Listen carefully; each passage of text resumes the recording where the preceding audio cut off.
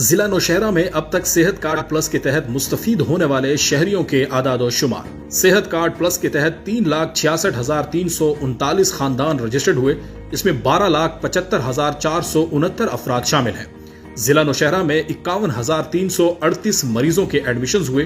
Total admissions پر 1,33,36,80,000 روپے خرچ ہوئے۔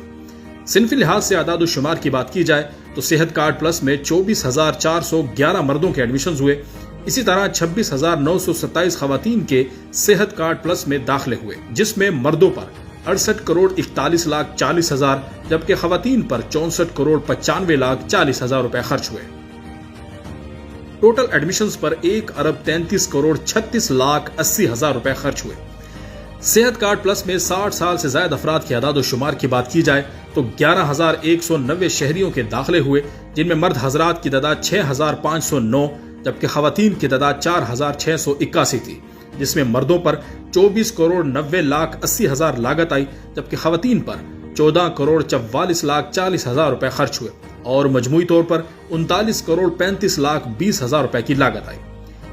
لاگت کے لحاظ سے ٹاپ 10 علاج معالجے کے اعداد و شمار کے مطابق cardiology, medical cases, gynaecology, general surgery, oncology, dialysis, throat, urology, orthopaedic, neuro surgery مجموعی طور پر 1,08,25,10,000 روپے کی لاگت آئی۔